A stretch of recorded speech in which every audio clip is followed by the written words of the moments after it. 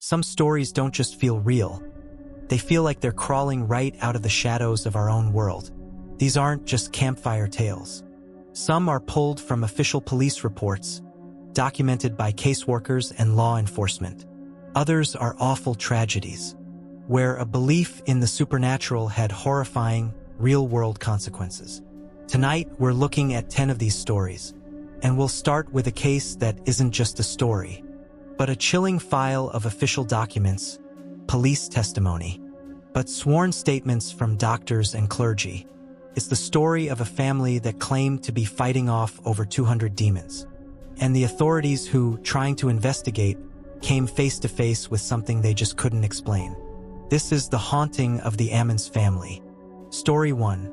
The House of 200 Demons. In November 2011, LaToya Ammons, her mother Rosa, and her 3 kids moved into a small rental house on Carolina Street in Gary, Indiana. It was meant to be a fresh start, but the house seemed to have other ideas. The trouble began with something small: flies. Not just a few, but huge swarms of them, clinging to the enclosed porch in the middle of winter. It was bizarre, but not impossible. Then came the noises. At night, LaToya and her mother would hear heavy footsteps climbing the basement stairs. But no one was ever there. Doors creaked open by themselves. Wet boot prints would appear on the living room floor when the ground outside was dry. A creeping feeling that they weren't alone began to take over the house. Soon, they started seeing a tall shadow figure pacing the living room, vanishing the second they flipped on a light. The presence quickly turned its attention to the family.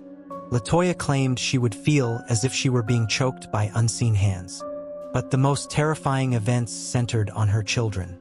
Her 12-year-old daughter allegedly levitated over her bed during a sleepover, an event her friend claims to have witnessed. Her sons, aged 7 and 9, became erratic and violent. The younger boy would sit in a closet talking to a child nobody else could see. The 9-year-old's eyes would bulge as he spoke in a deep, growling voice, saying things like, "It's time to die, and I will kill you." His mother said she once saw him thrown across the room by an invisible force. Terrified, LaToya Ammons reached out for help, and eventually Child Protective Services was called. The case fell to Valerie Washington, a veteran DCS family case manager. And this is where the story turns from one family's scary claims into a series of officially documented events that baffled seasoned professionals. The breaking point happened during a doctor's visit in April 2012. The kids were reportedly acting out, growling and cursing. The family, a DCS worker, and a nurse all went into a small exam room to calm things down. It was in that room where the most unbelievable claim of the case was made. According to a signed report from the DCS worker and the nurse, the 9-year-old boy's eyes rolled back in his head. Then, with what they called a weird grin, he walked backward up the wall to the ceiling, flipped over his grandmother, and landed perfectly on his feet. Sounds like a scene from a movie, but it was recorded by 2 professional witnesses. This detail has faced heavy skepticism. As other notes in the DCS report mention, the boy was holding his grandmother's hand, which could suggest a more physical explanation, that he used her as an anchor to scramble up the wall, not supernaturally defy gravity. The medical staff was horrified. The doctor, Jeffrey Onyekwu, wrote in his official notes that he saw bizarre, delusional behaviors but didn't witness the wall walking himself. His staff, however, allegedly refused to go back in the room. The case even reached the desk of Captain Charles Austin, a 37-year veteran of the Gary Police. Austin was already a believer in the paranormal, and what he saw at the Carolina Street house only strengthened his beliefs. He documented malfunctioning equipment, audio recorders that captured a faint whisper saying, "Hey," and even a photo that seemed to show a strange, white figure in the otherwise empty house. A local Catholic priest, Father Michael Maginot, was brought in. After meeting the family, he concluded they were suffering from demonic oppression and performed 3 official exorcisms on LaToya. A psychic who came with the priest claimed the house was infested with over 200 demons. That number wasn't an official finding from police or CPS, but a claim from a paranormal practitioner that has since become famous. Eventually, the Ammons family fled the house and moved away, and they say the activity stopped completely. The house was later bought by paranormal investigator Zach Bagans, who had it demolished in 2016. The landlord and other tenants who lived there before its demolition publicly reported no paranormal issues to the press. The Ammons case remains a tangled web of chilling eyewitness accounts, conflicting official reports, and intense debate. Was it a real demonic infestation witnessed by credible professionals? Or a tragic case of shared psychological distress? Or belief itself unlocked the door to terror? Story 2. The Kennedy Ife exorcism tragedy. Not all horror stories come from shadows and whispers. Sometimes the most terrifying ones are about human actions, driven by a deep-seated belief in those very shadows. This is the tragic story of Kennedy Ife, a 26-year-old from London. And it's a devastating reminder of what can happen when faith and fear crash into a possible untreated illness. In 2016, Kennedy Ife started acting in ways that terrified his family. He'd always been a normal, healthy young man, but suddenly he began complaining that a snake was inside of him. His behavior grew more violent. He bit his own father and threatened to hurt himself. His devoutly religious family came to a frightening conclusion. Kennedy wasn't sick, he was possessed. Instead of getting him medical or psychiatric help, they decided to handle it themselves. They believed the only cure was a spiritual one. For 3 days, inside their London home, they restrained Kennedy to a bed with handcuffs and cable ties. To them, this wasn't imprisonment. It was a desperate act to save his soul. They prayed over him, trying to cast out the demon they believed had taken hold of him. They deprived him of food and water, thinking it would weaken the demon. But it was Kennedy who grew weaker. On the 3rd day of the ordeal, Kennedy Ife had a heart attack and died. The official cause of death was cardiac arrest brought on by the stress, dehydration, and physical restraint he had endured. When paramedics finally arrived, they found a tragedy, not a miracle. In the aftermath, Kennedy's parents and brothers were charged with manslaughter. The court heard the disturbing details of his final days. The family insisted their actions came from a place of love, not malice. They truly believed they were fighting a spiritual war for Kennedy's life. In the end, a jury found the entire family not guilty of all charges, including manslaughter and false imprisonment. The story of Kennedy Ife isn't about ghosts. It's about a horror born from the clash between faith and medicine. It leaves us with a haunting question. Where is the line between powerful belief and dangerous delusion?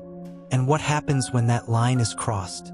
Story 3. The Amityville Horror, a story born from wine? There's probably no haunted house more famous than the one at 112 Ocean Avenue in Amityville, New York. Its dark, eye-like windows are burned into our pop culture landscape. But the story of its haunting is just as murky as the nearby river. It all started not with a ghost, but with a gruesome crime. In November 1974, Ronald DeFeo Jr. took a rifle and murdered his entire family while they slept. At first, DeFeo claimed that voices in the house told him to do it. But the jury didn't buy it. He was convicted on 6 counts of second-degree murder.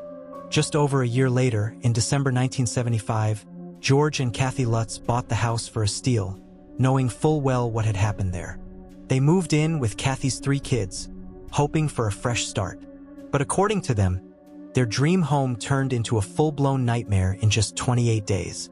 The list of horrors they claim they went through is now the stuff of legend.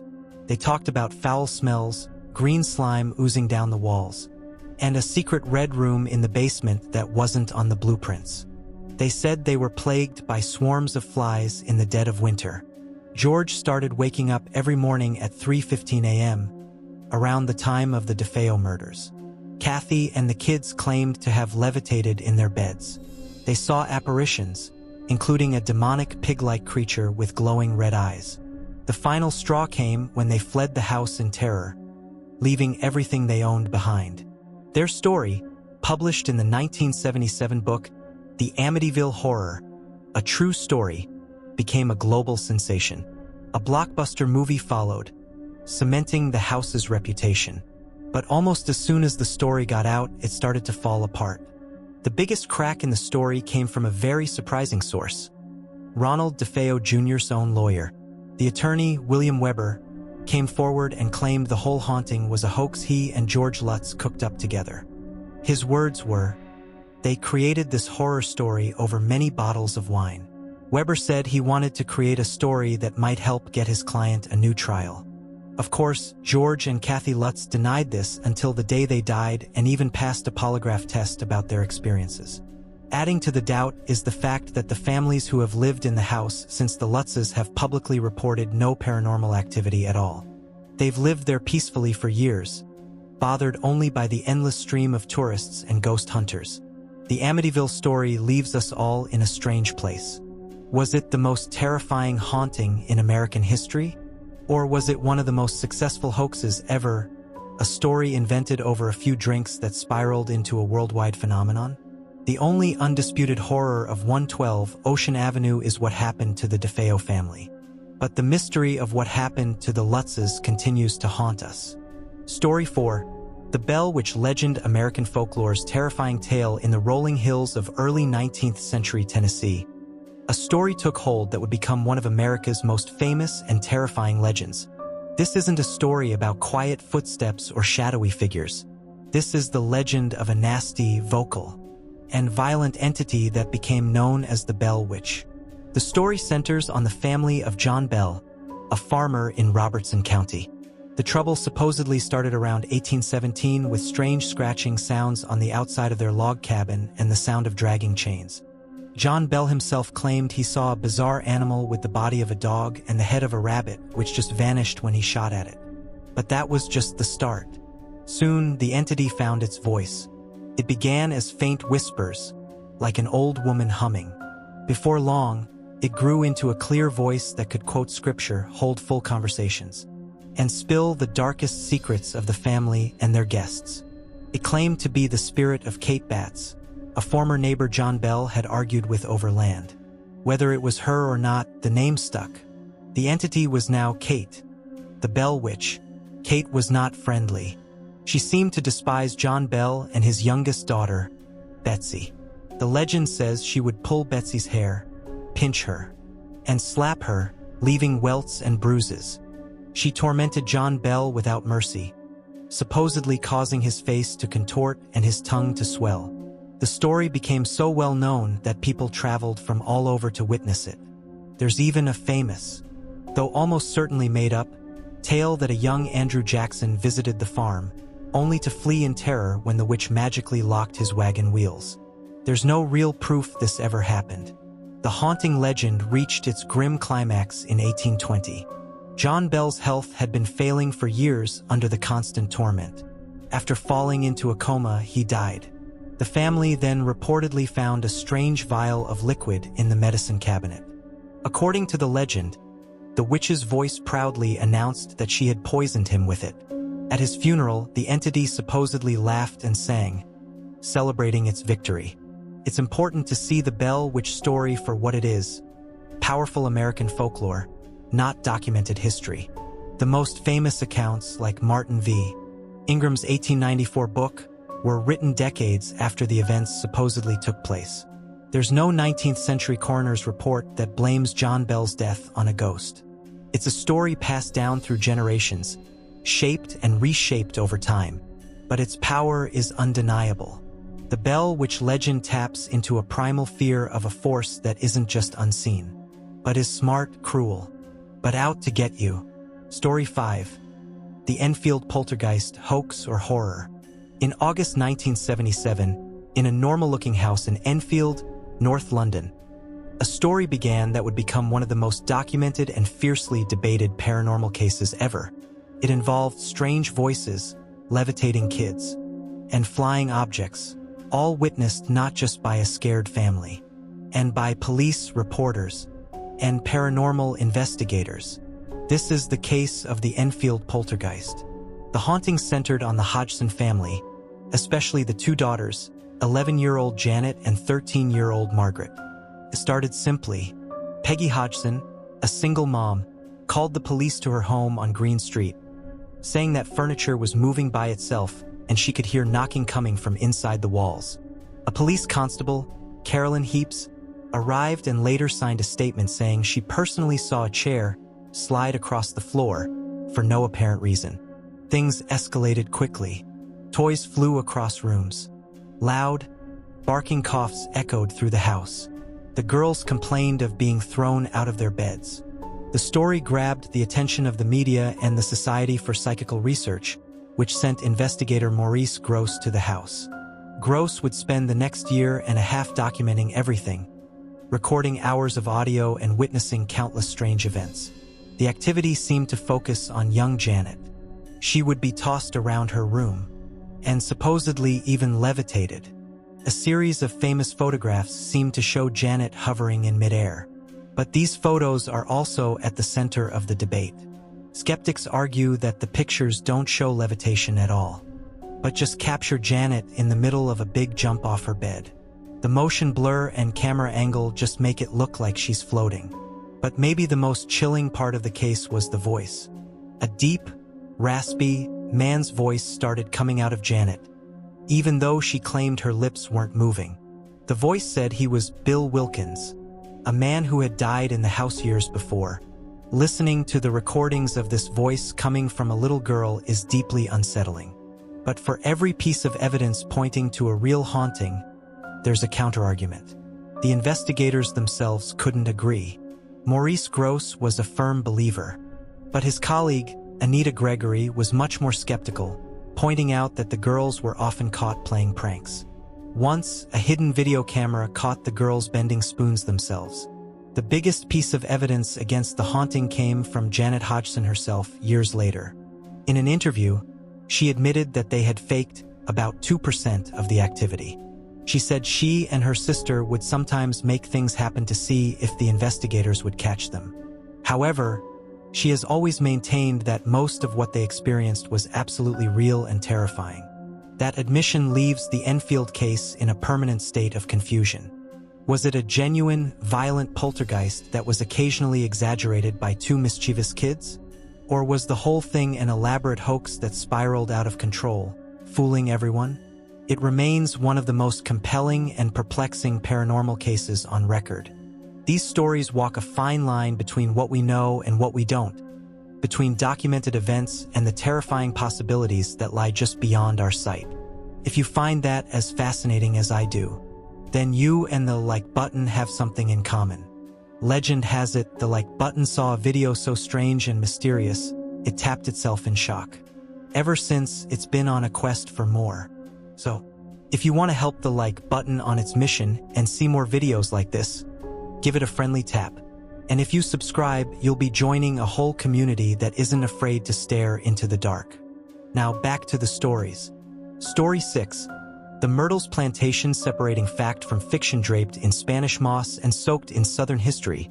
The Myrtles Plantation in Louisiana is often called one of America's most haunted homes. Its sprawling porch and antique rooms whisper tales of tragedy. But the plantation's most famous ghost story, the legend of a slave named Chloe, is a perfect example of how folklore can become way more powerful than the truth. The legend, told to tourists for decades, is a story of jealousy and revenge. It goes like this. A slave girl named Chloe was the plantation owner's mistress. After he caught her eavesdropping, he punished her by cutting off her ear, which she then hid under a green turban. For revenge, Chloe baked a cake with poisonous oleander leaves. Her plan was just to make the family sick so she could nurse them back to health and earn back his favor. But the plan went horribly wrong. The owner's wife, Sarah, and 2 of their children ate the cake and died. The other slaves, afraid the owner's anger would fall on all of them, supposedly took matters into their own hands, hanged Chloe, and threw her body in the Mississippi River. It's a gruesome, compelling story, and it's the foundation of the Myrtles' haunted reputation. Visitors claim to see a woman in a green turban. And a famous, blurry photo from 1992 is said to show Chloe's ghost standing between 2 buildings. There's just one massive problem. Historical records show that almost none of it is true. Researchers who've dug into the plantation's history found no record of a slave named Chloe. And the records are very clear about how Sarah Woodruff and her children really died. They were victims of yellow fever, a common and deadly disease back then.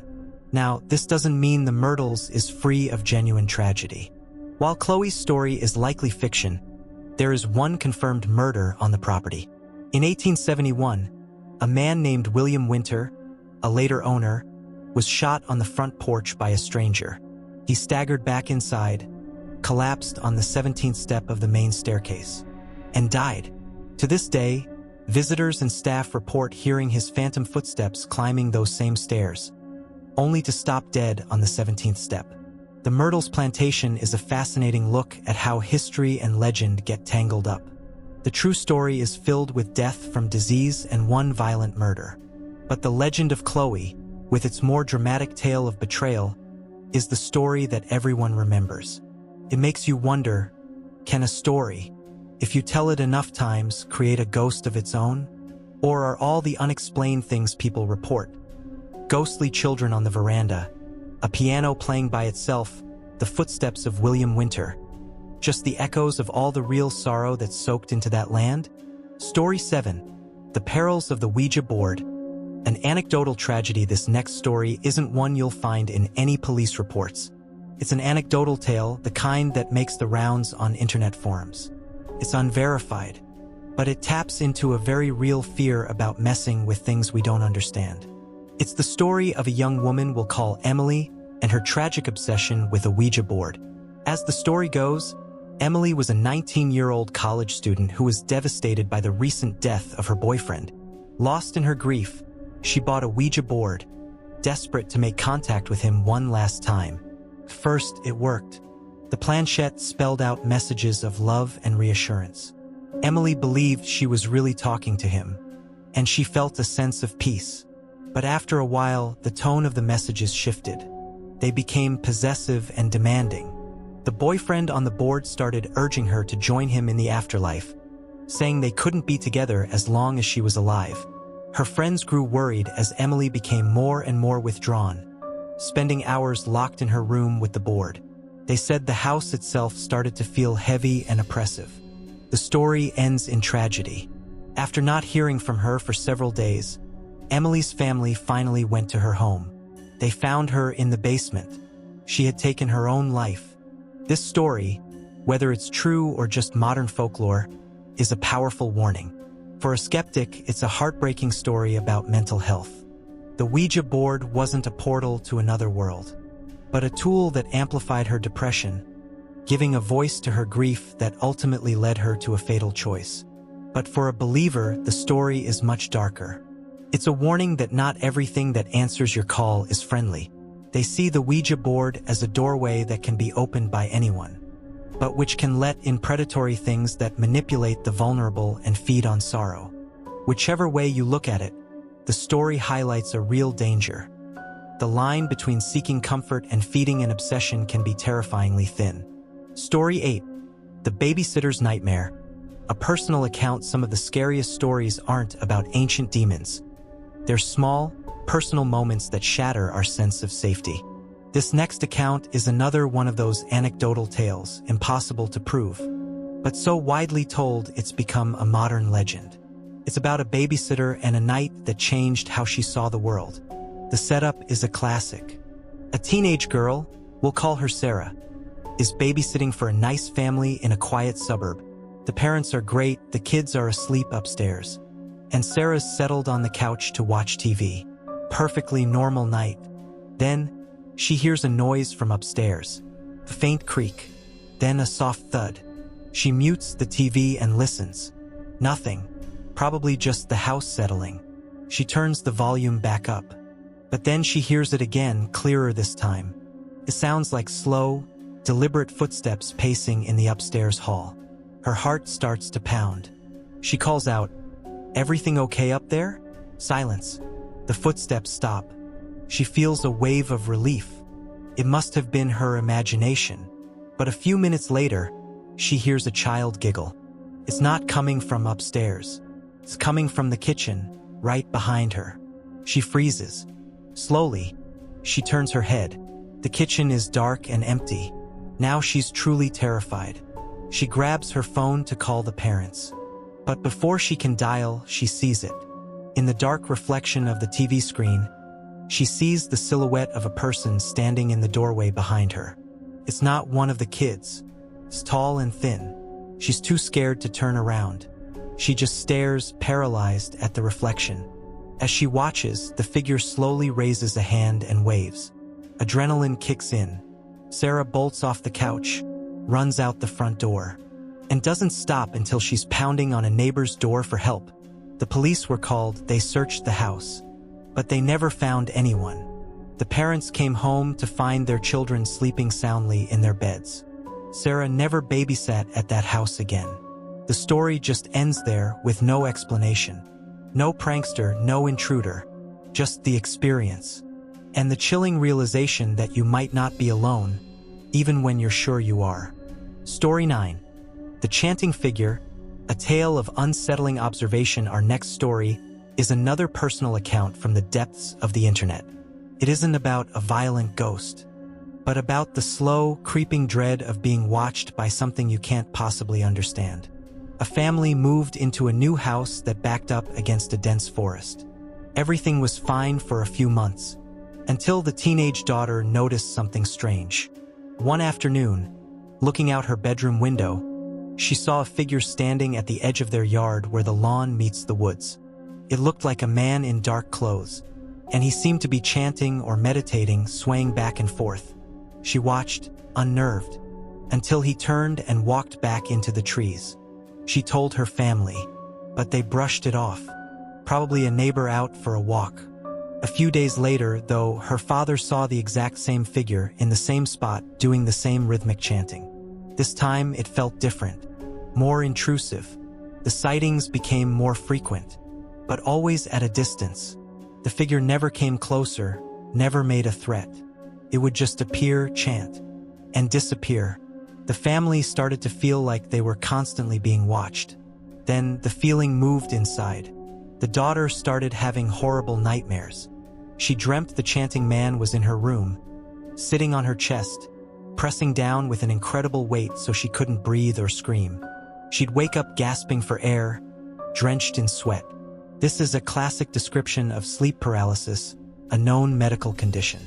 But the fact that the figure from her nightmares was identical to the stranger in their yard was a coincidence too terrifying to ignore. The nightmares happened almost every night. Her own bedroom no longer felt safe. The family's anxiety turned into real fear. They called the police, but there was never any evidence of trespassing. But the man was never there when they arrived. Finally, after weeks of being watched and sleepless nights, the family gave up. They couldn't live with the constant psychological stress. They broke their lease, packed up, and moved away. The moment they left that house, the daughter's nightmares stopped. They never saw the chanting figure again. Was it just a weird local whose presence triggered a psychological reaction in the daughter? Or was the figure something else, an entity tied to the land whose creepy presence could reach into the home and into the mind? Story 10.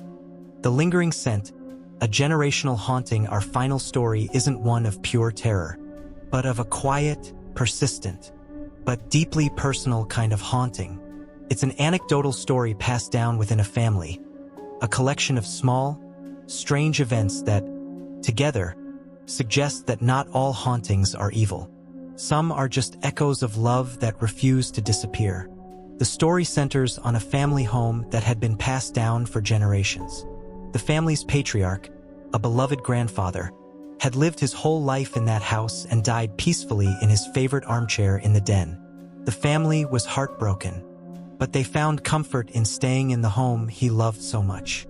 A few weeks after he passed away, things started happening. His widow noticed it first. She'd be sitting in the living room and would suddenly get a strong whiff of his favorite cologne. As if he'd just walked by. She'd look around, but she was always alone.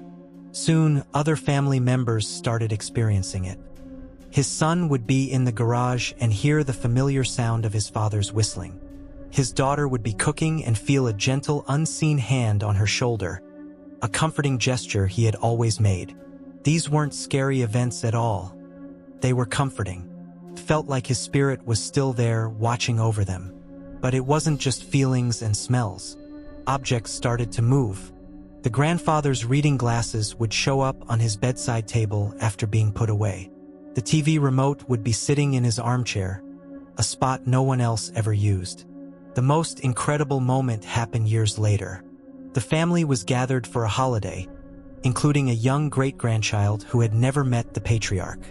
The little boy, who was about 4, was playing in the hall when he suddenly stopped, looked toward the den, and asked his mom, "Who was that old man smiling at me?"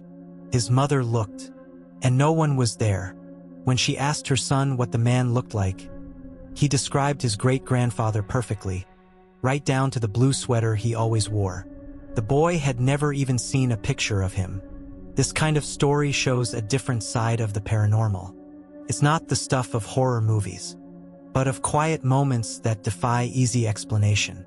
For skeptics, these are just manifestations of grief, the mind playing tricks to cope with loss.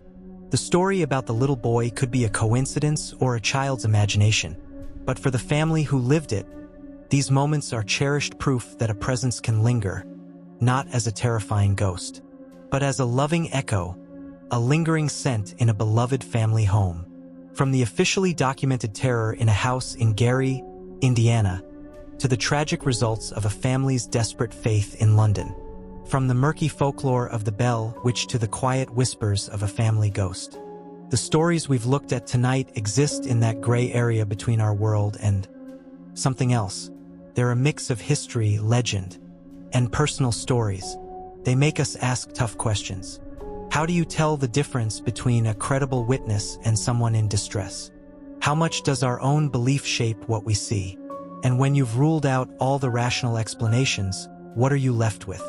We may never get the final answer. These stories stick around because they tap into our deepest fears of the unknown, and maybe even our deepest hopes that there's something more out there. So what do you think? Was the Ammons house a genuine portal to hell? Or a case of mass hysteria? Was the Enfield poltergeist real? Or just a couple of very clever kids? Let me know what you believe in the comments below. And if you want to explore more strange, dark, and mysterious stories, make sure to subscribe so you don't miss our next trip into the unknown. Thanks for watching.